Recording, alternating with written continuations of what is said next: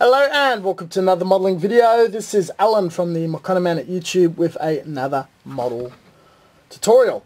Today I'm going to be reviewing and showing off how to use the Mr.WEATHERING colour filter liquid.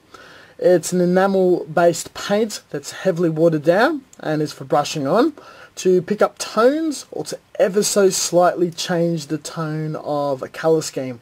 If you're into modulation or different surfaces having different light or looking slightly different opposed to airbrushing or doing effects, using these products can make a surface appear more darker, lighter or filthier. There are many colours. Choose what you think works well in your scheme, the finish, the weathering or light qualities, as well as if you're after acrylic, polyurethane, oil-based finish. We've got our SMS oils sold in Australia, the Mr.WEATHERING, which is suddenly available everywhere, and MIG and Ammo and all those other guys that's in acrylic, and they got a nice lovely large variety of colours. Today we will only be covering the Mr. Hobby stuff, may feature multiple tones with the SMS. We will do an old-fashioned spoon test, going on white to see what it looks like on the clean surface. The three major colours. We will go on bare Bandai Gunpla plastic, and I just want to show off regarding tones. So if, let's say, we paint a part just blue, so imagine this part is blue, and then we brush on green on one or two surfaces and red on one and two surfaces to create a slight different effect. Now the sides and the top are still blue, but their tones will be different. So when you look at it, it looks like light is hitting it differently.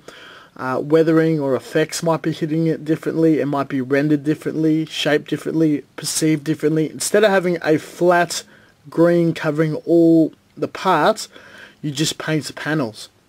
So the blue would just be one panel. The red will be one panel. The green will be one panel.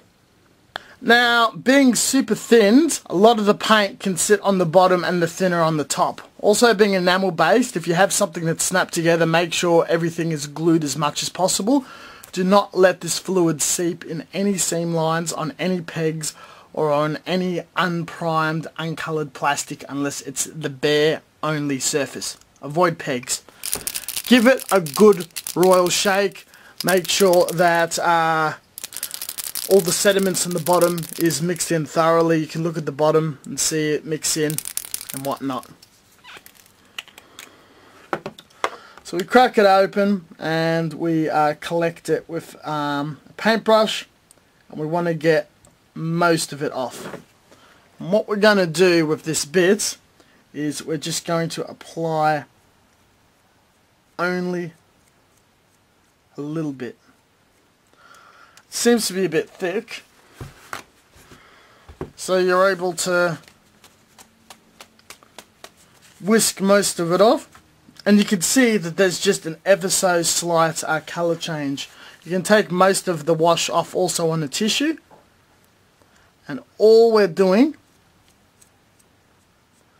is just changing the colour on certain parts and changing the tone slightly.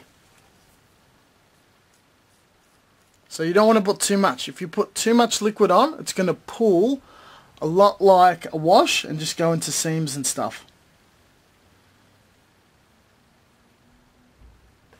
So there we go. That is what we're looking for. It's very subtle, and you can see that these little panels, so if you're doing something with a lot of panels, a lot of raised areas, and you want the colour tone to be ever so slightly different, you would very thinly layer a couple of tones of filter. Put a layer, let it dry, maybe 2-3 if you really want it intense, or you want it even thinner down further. Now we can see the three spoons. The lighter the colour, the more beneficial it is, the darker, the more subtle it is. So with the white, it's almost completely covered on the bare plastic. It's a bit splotchy. I would avoid using filters on pure white unless you've got many other shades of colour and weathering. And the red, blue and green, they all have different effects. So different colours would react completely differently. You can see the top half is where the wash has been applied, or the filter. And the bottom half is the solid colour.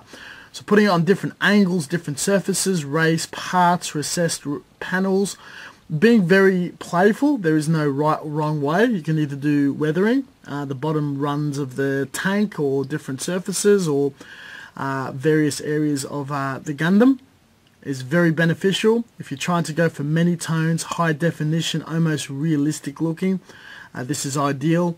I would be more obliged to practice this more so on dull kits or flat kits than high gloss finish models. That you're probably better off just sticking to paint, but on a weathered model, definitely an amazing tool.